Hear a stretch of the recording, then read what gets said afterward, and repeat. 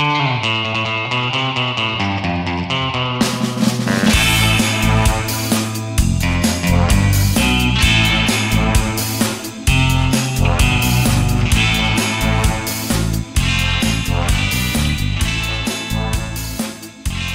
I'm back in the shop today.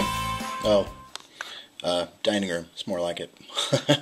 And Mordrak is done. So let's get a look at his massive hammer. So what I decided to do with the hammer is I made it look as if it were carved from a large piece of stone. I mean, it's an immense thumper, and I just wanted to sort of give it an even more kind of unreal. Oh my God! I can't believe you can. So just a brief update on the Ghost Nights, and then I'm done for the evening. I have added some of those two blues that I mentioned earlier into the areas that would normally be gold. If this was a regular gray night, then these areas in here would normally be gold, and instead I used that sort of ghostly blue-green color that I like. And for the eyes,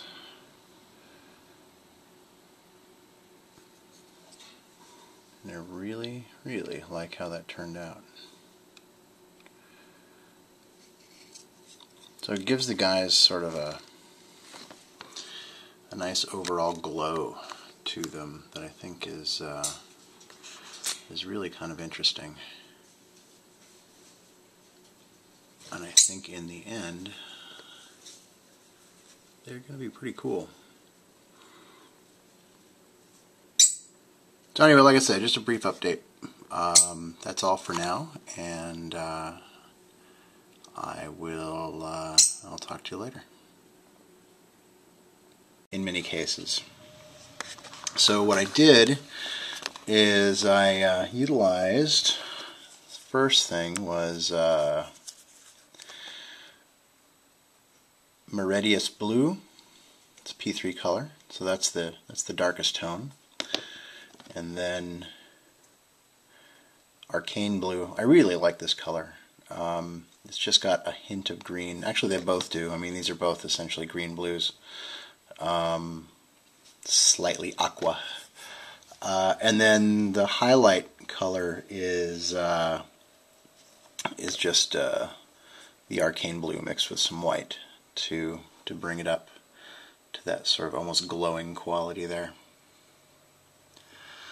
And what I'll probably end up doing is once the bases have been painted, then I'll go back over and create some luminescence as if those guys are glowing by airbrushing, kind of like you see here actually. See how that almost looks like a glow coming off of his foot? Well, I think that's what I'm going to go for on the base, or on the bases I should say. Probably not as pronounced as that, but a little bit. So at this point, I just need to go in and start doing some details on the Ghost Nights, and we can call them. So we can call them done. But that's going to be a little bit of work. Hey, by the way, as long as I'm here, I have actually had an opportunity to try out some liquid green stuff, and I kind of like it. Specifically in situations where you have a mold line, sort of a shift in the mold, where if you really clean it up or if you really file down on it, it's going to make a noticeable change in the surface. So instead of just trying to file it down or using the X-Acto knife to try and cut out that section, you can just spread a little bit of this over that area, and in some cases that's all you need to do. If it's a very organic shape like clothing or something, you can sometimes just leave it and it's fine. If it's a little bit more of a hard surface, a very smooth surface, then you can go back and do your filing once it dries. But I gotta say, it fills a really nice niche. It's very simple to use. It's very much like using Squadron green putty, except that it's not as full of heinous chemicals. So anyway, give it a try. I think it's definitely worth having in your kit. And that's it for now. So I'm going to go, and perhaps I will show you later as I get some more progress done on these guys. But that's all for now.